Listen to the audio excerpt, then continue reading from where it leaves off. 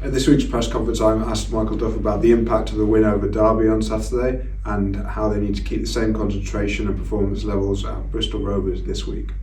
Yeah, because that's the thing, isn't it? I guess that after Derby there might be some people saying, "Oh, if you beat them, you're obviously going to go to Bristol Rovers," but that kind of attitude can't sort of infect the dressing room. It doesn't seem like it has this season. No, we've been to places like Morecambe and got beat. So, Bristol Rovers, with respect to, are better than Morecambe. So, after Derby, but people talk about this run of home games. Well, if you don't win the away games, even if you win the home games, it's irrelevant. So, just the mindset and the focus. There should be confidence within the team because they're in a good place. But confidence and arrogance is a really thin line. So we need to make sure that we keep the mentality right and strong, and then the confidence can come out rather than turning up going, well, we'll just rock up and we'll beat these because we're on a good run and they've been on a dicky run. If that happens, I can start the next press conference now if you want and say how disappointed we are, because that's what'll happen, we'll get beat. But to beat Derby at the start of this run of games that people have obviously labelled as sort of big 6 pointers, I think that perfect the way obviously you played and the results in terms of confidence and momentum and everything like that. Yeah, well it was. There's no getting away from it with everyone turning up, the scarves. I thought the ground looked brilliant with all the supporters bringing their scarves. The noise was brilliant, the performance was brilliant, the result was brilliant. So it was a good day, but that's all it was. It was a day. It doesn't. There's still 45 points to play for. So we took 3 good points, but keeping that momentum of the buzz, the feel, the supporters. Or we want them to come with us, but we know that we have to keep doing our side of the bargain as well. So it's important that we sort of try and harness this feeling and not let it slip away easily. We might get beat, it might be a poor referee decision, someone might score a worldie against us. If that happens, that happens. But there are things that we can control, and that's our mentality and the way that we approach the game.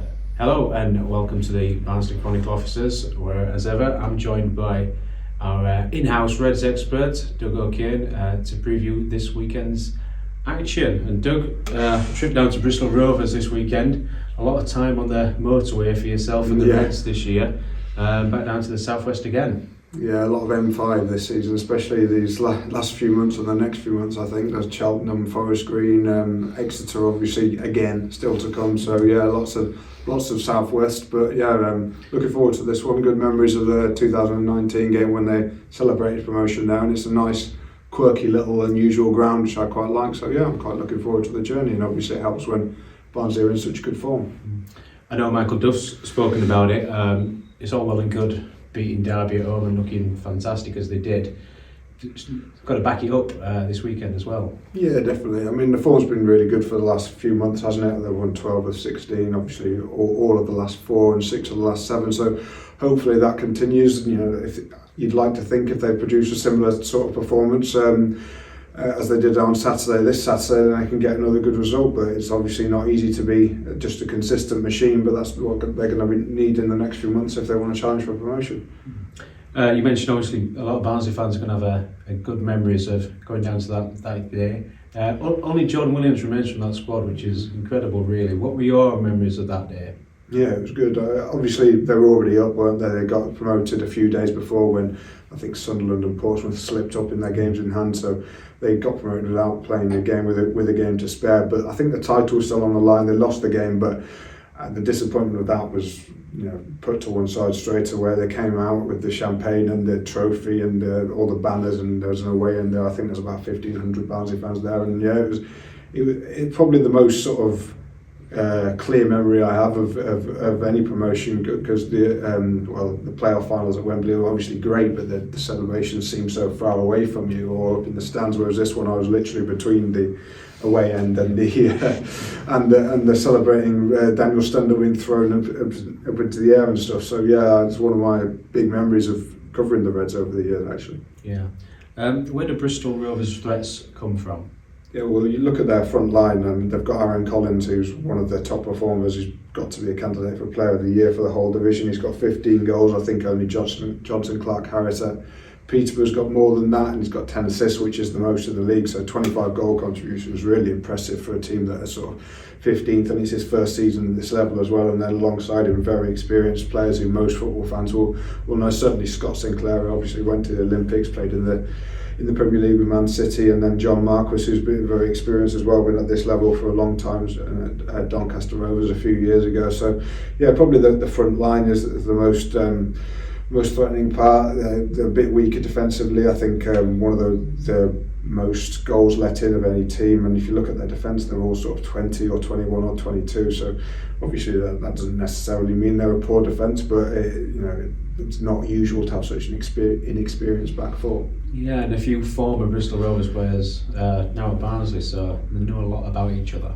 Yeah, Thomas and Thomas both going back there. Obviously Bobby had a up and down sort of first half of the season. I think he probably learnt a lot, and I think Bristol Rovers see it as, obviously he's moved to Barnsley now, and he maybe got a lot of his sort of learning and maybe mistakes out in the first half of the season, and now he looks more like the finished product at Barnsley. Obviously we'll see if that remains the case on Saturday. And then Luke Thomas, big season for him last season in terms of fitness and his getting his head right and everything like that. He's been quite open about that, and helped them to promotion on the last day as well. So yeah, and he's come in now and obviously making an impact off the bench for the Reds. So hopefully he can continue to do that. Into the team news, I suppose the biggest decision for Michael Duff is who to leave out, because he's got 6 loan players all fit.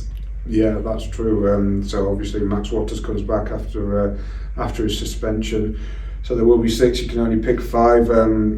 We'll see what happens. I imagine Josh Martin, Waters himself, Larkesh. They'll probably be one of them that gets left out. But yeah, it might change during the week depending on how they're doing in training for each game and what they think of the opposition. No new injuries apparently. No new injuries. Josh Benson's back, so that's another option on the bench. So it's starting to look like a really quite healthy squad now, with lots of options, and first team players not even getting on the bench, which wasn't the case at all in the first half of the season. And then Robbie Cundy and Brad Collins hopefully will be back within the next few weeks as well. So really, healthy, large squad at the moment. You covered the Reds a long time now, Doug. I mean, at this point of the season, you can really sense it ramping up a little bit, the pressure and intensity. Yeah, definitely. We're into sort of maybe the home straight, or certainly the final third of the season.